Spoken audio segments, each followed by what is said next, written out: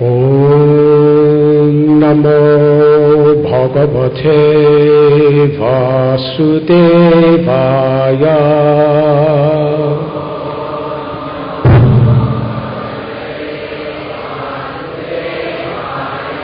Om Namo Bhagavate Vasudevaya.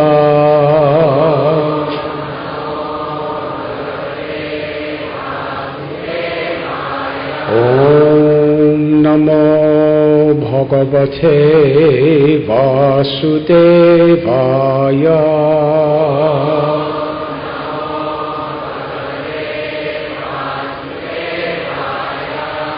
Om Gyantimidandasya Gyananjanachalakaya Chakshurumilitam Jena Tasmai Shri Gurave Namaha.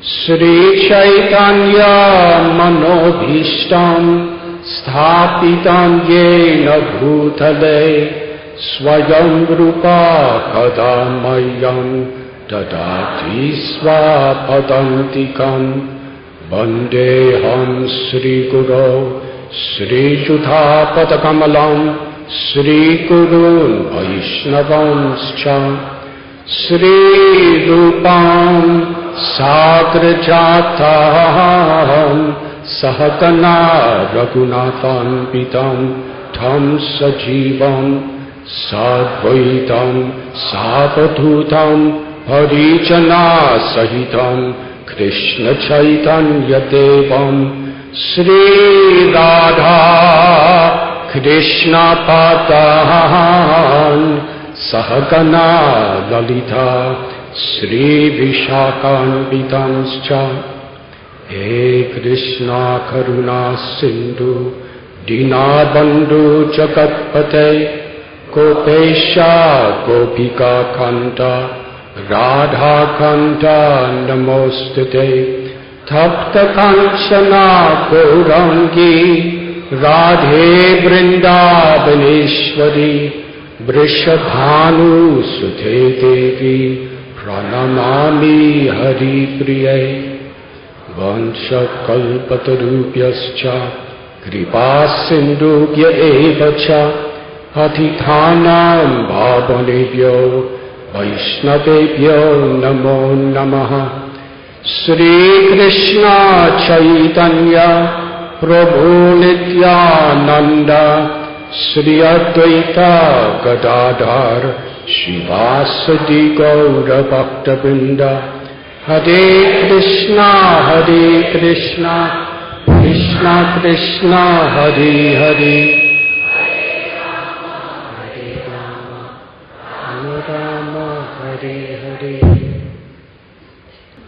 Hare Krishna.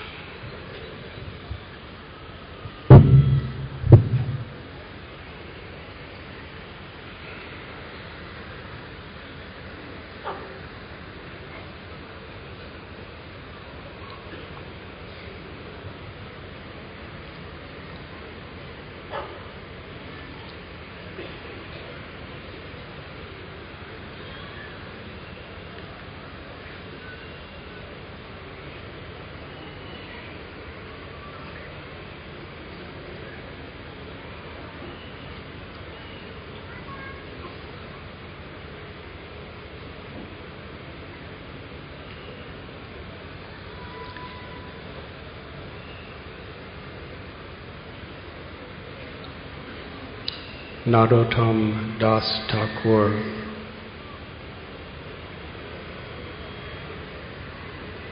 one of the most prominent embodiment of compassion, acharyas of our parampara, our disciplic succession, lived in Vrindavan for several years. He was the son of a zamindar which at that time in India was likened to being a king. A zamindar was one who owned a very large span of property with many, many people who were living on those properties. Villages.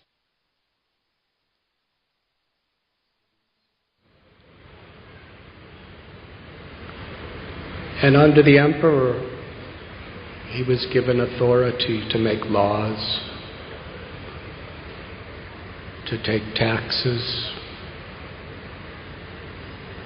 and generally they were extremely wealthy.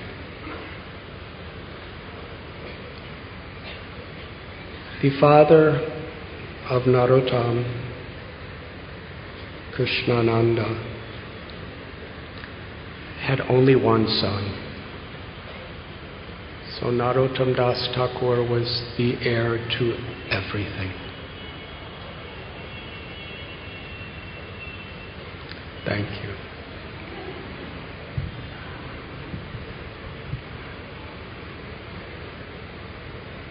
When he was just a child, he had the association of a very dear devotee of the Lord who would narrate to him the beautiful pastimes of Lord Chaitanya.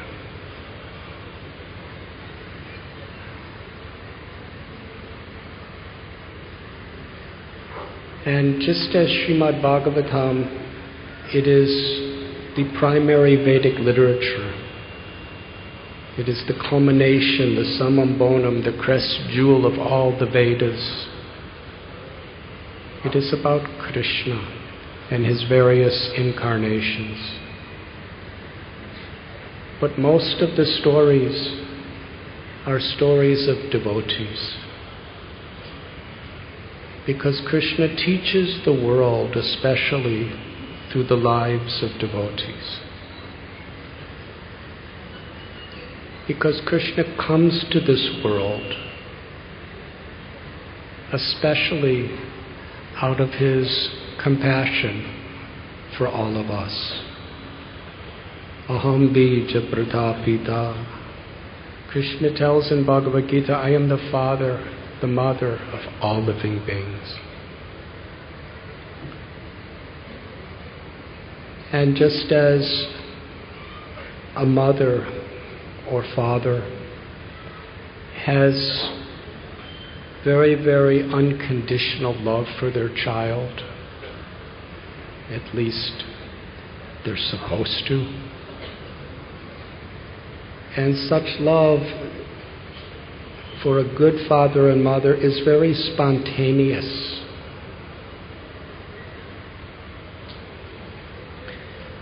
When I was a child, sometimes I was not very obedient to my parents because as a teenager I was part of a counterculture or a movement that was very much questioning and revolting against the standards of the older generation. That's what it was in the 1960s in America.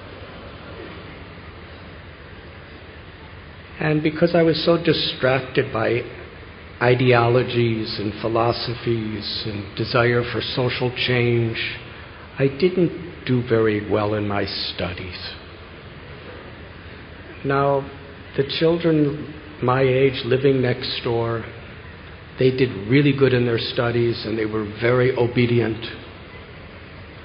But still, my parents loved me more than them. Why?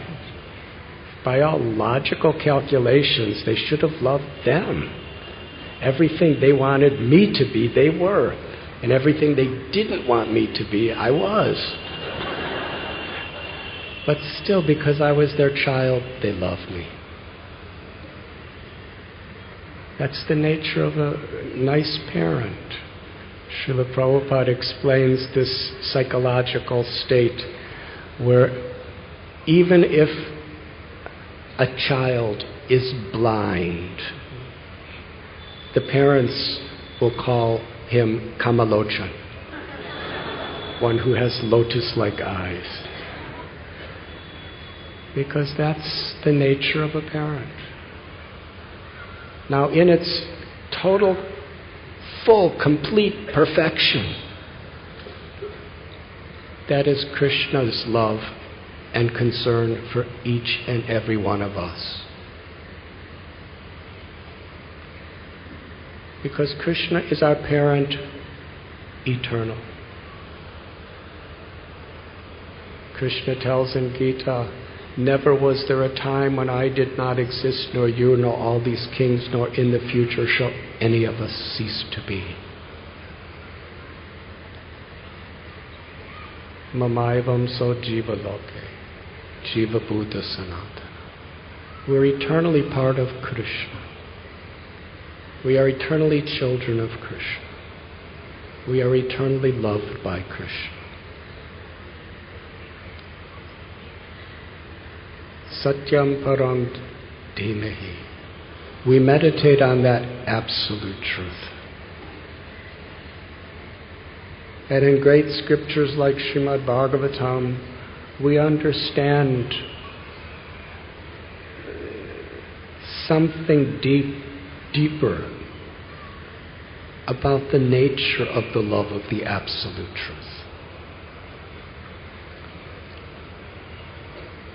Sri Chaitanya Mahaprabhu, when he was at Prayag giving a discourse to Srila Rupa Goswami, he told that the subject of the loving mellows of reciprocation between Krishna and the devotees is like a vast ocean. An ocean that has no bottom and no shores. In other words, a limitless ocean. He said, all we could do is try to explain one drop from that ocean. That is the greatness of God. But that single drop from that limitless ocean can actually inundate, completely flood the entire universal creation. Hey Krishna Karuna Sindhu. Krishna is an ocean of compassion. Dinabandhu Jagatpate. He is the friend even of the most fallen. Because however fallen we are, Krishna always loves the soul.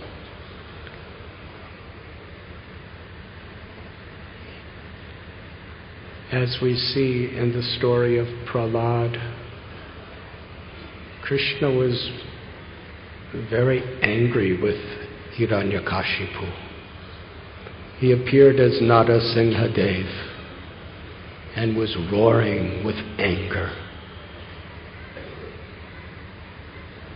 And he did a really good surgical operation. He destroyed all the demoniac qualities that were embedded within the mind and the body of Hiranyakashipu.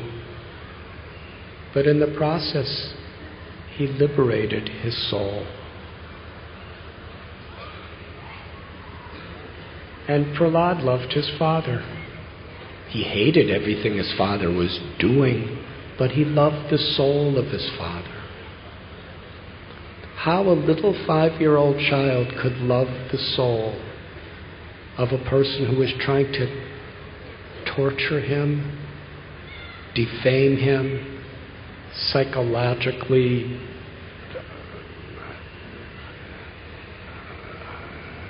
attack him at every moment, and ultimately was trying to murder him.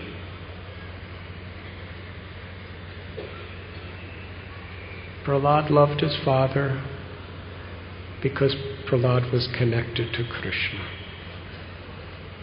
It wasn't Prahlad's love. It was Krishna's love. Ultimately, all love is Krishna's love.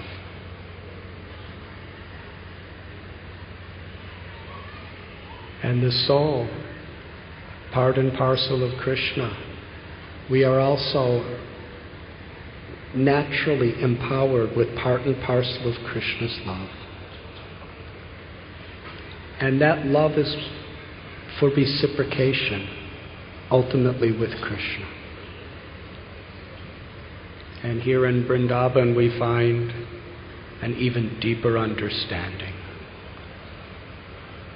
that the ultimate supreme lover of Krishna is Sri Radha, the Hladini Shakti. And a part and parcel of that love is within the heart of every living being. Nitya Siddha Krishna Prema Sajja Kabunoi Sravanadi Sudikiti Kodiyai Udoi. Lord Chaitanya taught by associating with devotees of the Lord and chanting the holy names, this love that is inherent within us, Krishna Prem, is awakened. Namo Mahabharanyaya Krishna Prema Pradayate Krishnaya Krishna Chaitanya Namane Godatreshe Namah. It was at Prayag during this conversation that Rupa Goswami composed this verse, that there are many, many incarnations of the Lord. Srimad Bhagavatam tells, just like waves in the ocean, the Lord appears in so many forms with so many names within the various universes of Brahma's creations. And Krishnastu Bhagavan Swayam. And all of these various expansions, plenary expansions, incarnations of all different varieties throughout history of creation, their origin is Krishna. This is the verdict of the scripture. Krishna is the supreme personality of Godhead, and certainly all these other great incarnations are God. But Krishna manifests the fullest, deepest, most complete, loving nature of God.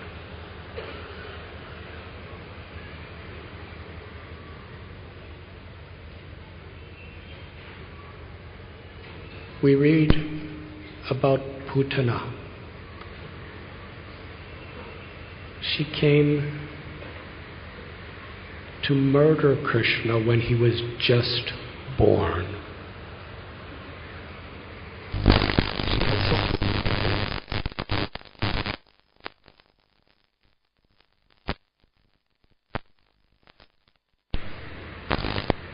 And deceived even Krishna's own mother and father and relatives.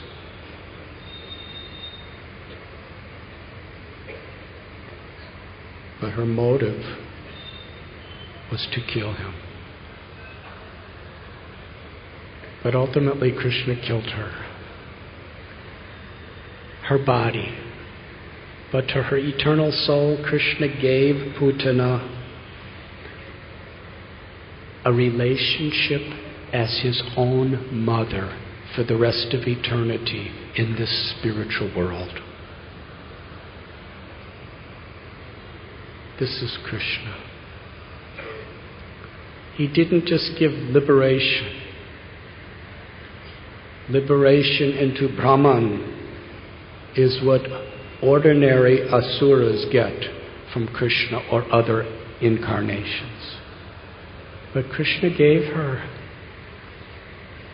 the role of an assistant of Yashoda Mai in this spiritual world.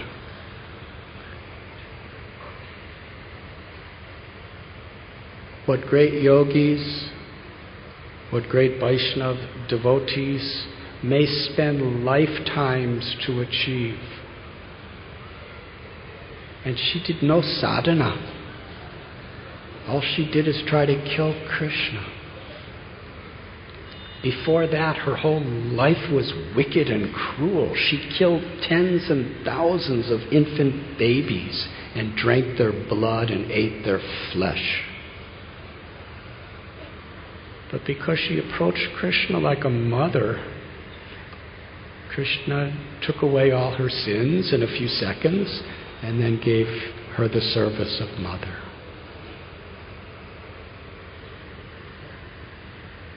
This is the mercy of Krishna.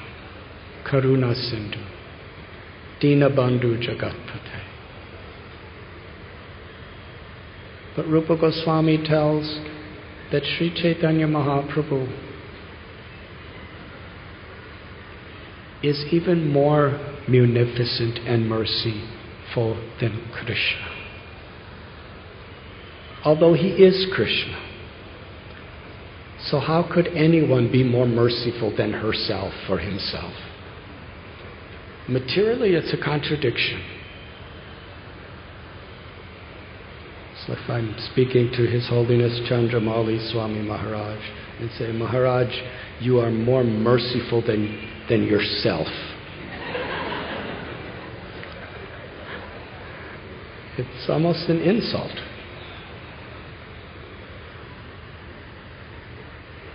But for Krishna, who has Achintya Shakti, inconceivable potencies, and his highest Shakti or mercy is his love, his Hladini Shakti.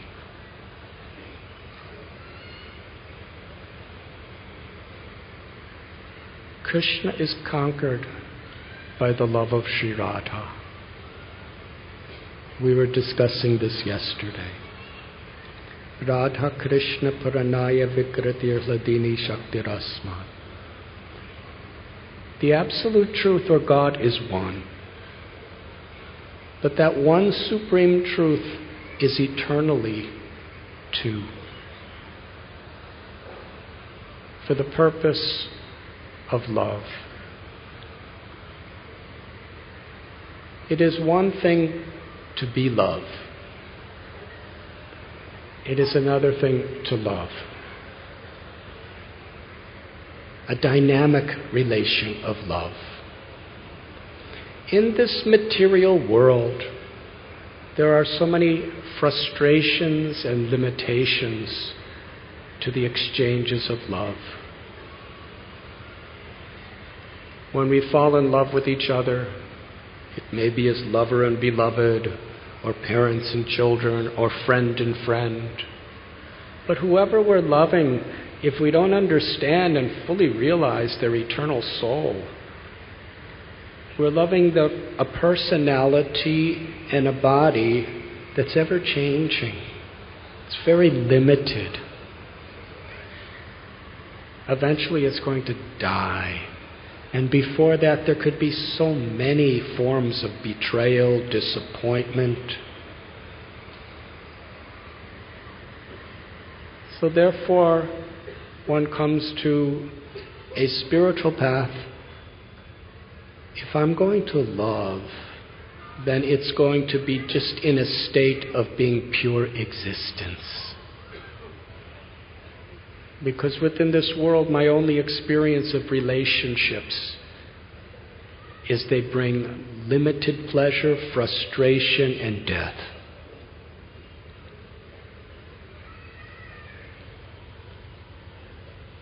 But the great Vedic scriptures, and especially Srimad Bhagavatam, Ramayana, describe spiritual loving relationships.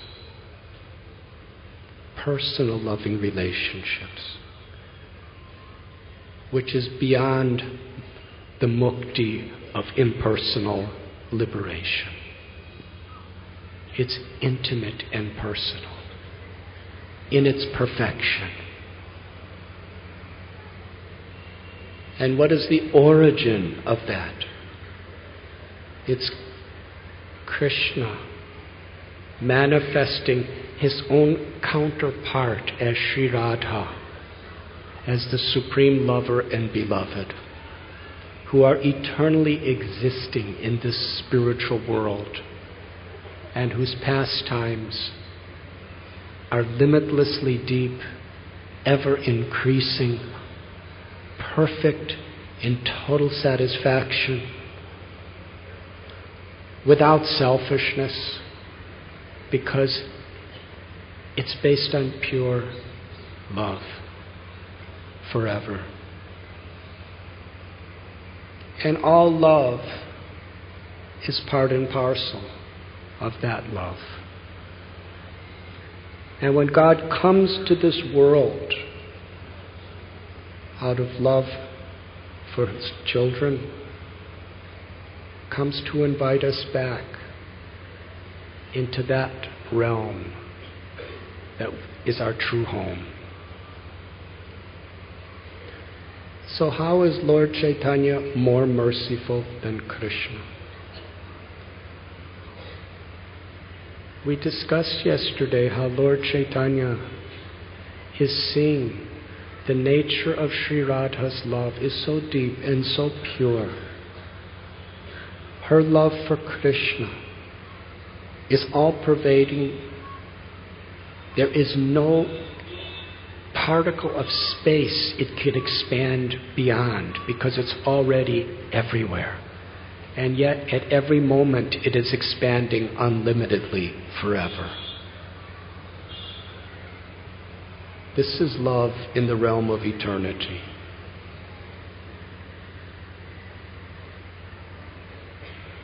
Krishna is Madan Mohan. There is a place not far from here where the Yamuna River used to flow, Madan Ter. There's a tree, and there Kamadev, who in the Western world we sometimes call Cupid, who's very powerful, who is that potent energy that attracts people to each other on a sensual and emotional level within this creation. And Kamadev wanted to attract Krishna. So he took the best of his arrows and pointed it toward Krishna. But when he aimed it and looked at the beautiful form of Govinda, he went into such a state of ecstatic trance, he fell on the ground in samadhi. So in Sanskrit his name is Madan, and Krishna's Madan Mohan, that he bewildered the heart of Madan, who bewilders the entire world. Krishna bewilders. And Sri Radha is Madan Mohan Mohini. Her love even conquers the heart of Krishna. Now this doesn't minimize Krishna, that Radha is better than Krishna, because they are one, but two. It is the supreme love of the Absolute Truth. Sri Radha is the supreme mother of devotion. And Krishna wanted to taste the sweetness of Sri Radha's love. And he also wanted to distribute that love, even to people who were most unqualified. He did not consider who was fit or unfit. The only qualification, wherever we're born, whatever we've done, whatever we have not done, is just to accept the gift that He's giving us with a sincere heart.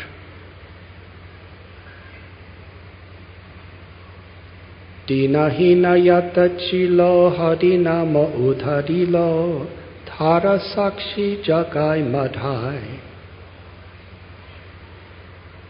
We read so many avatars, how in order to protect the innocent people and the principles of true dharma, killed various demons, Ram, Kumbhakarna and Ravana, Varaha, Hiranyakashipu, Hiranyaksha, Narasimhadev, Hiranyakashipu, and Krishna, so many. But Lord Chaitanya, who comes in the mood of Sri Radha's love, Lord Chaitanya didn't kill anyone. And yet the people who were coming were as demoniac as ever.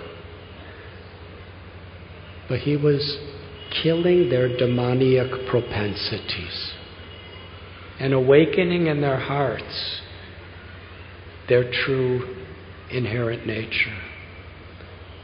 Krishna Prem, love for God.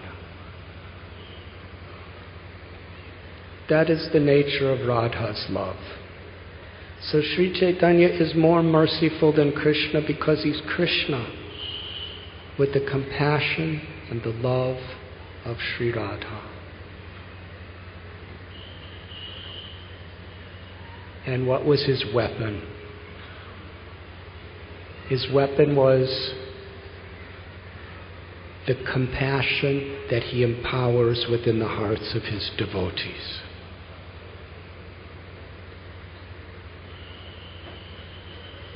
And the devotees express their compassion by helping the Lord to spread the Yuga Dharma, the simplest, most powerful of all spiritual processes.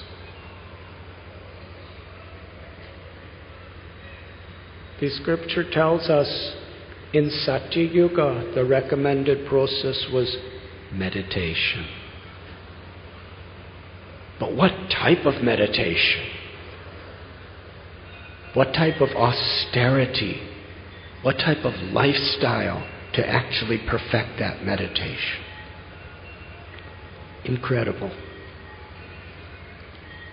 In Treta Yuga, it was performing of yajnas, or great, great sacrifices with the chanting of mantras in perfection. In Dwapara Yuga, it was worshipping the Lord with a completely fixed mind and senses. But in Kali Yuga, the process is very simple and can be done even by a child. And all the perfections that can be achieved through all the other processes of Dharma and religion can be perfected simply by sincerely chanting God's holy names.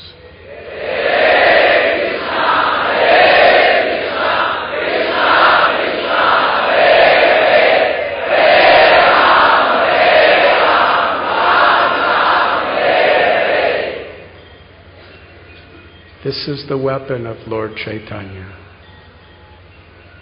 He's giving Harinam. Harinama, Harinama, Harinameva Kevalam Kalo Nasteva, Nasteva, Nasteva Gatir Anjata. In this age of Kali, it is the unparalleled means of deliverance. But Lord Chaitanya taught with it the consciousness, the way we must actually adjust our life to truly access the supreme power of grace that is within the holy names. Trinadapi sunichena tador ibasehishnana amanina manadena kirtaniya sadahari. Krishna came in the form of Lord Chaitanya and took the role of his own devotee to teach us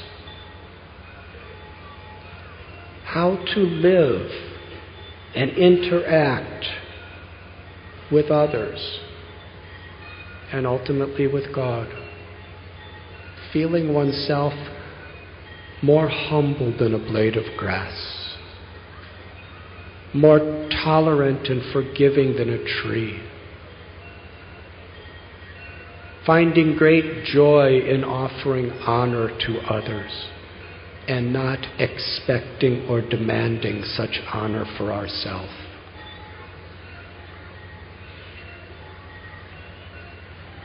And the path of bhakti, if we don't live by this principle and take it very seriously, then no higher conceptions can really be digestible to our hearts. Scholarship, we could memorize and learn and debate so many things, which is very useful if it is done properly. But love is an experience of the soul within the heart. And to chant the holy names in this spirit of Trinadapi Sunichena is actually foundational to actual realization on the path of bhakti.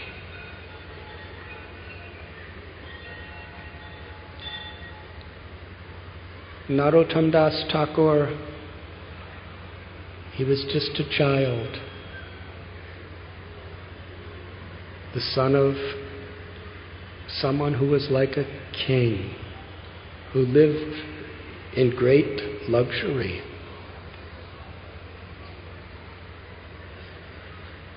But he was so deeply attracted to just be with this simple devotee who loved to talk about Lord Chaitanya and his associates and their love for Krishna. Narottam Das Thakur understood this is real wealth. Harikatha, to hear about Krishna from the lips of somebody who loves Krishna. Nothing can compare. He was eating fine foods, he was wearing nice clothing, he was living in very, very nice circumstances. He had a very secure future. When you have parents like this, you don't need life insurance or health insurance or any of that stuff. He didn't have to worry about mortgages. Everything was there.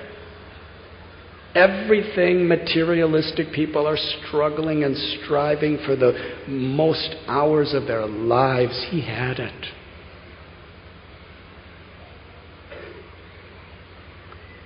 But he didn't even see a particle of satisfaction, fulfillment, or value compared to what he was experiencing by hearing Krishna Katha. Hearing this beautiful narration of the loving exchanges between the Lord and the devotees.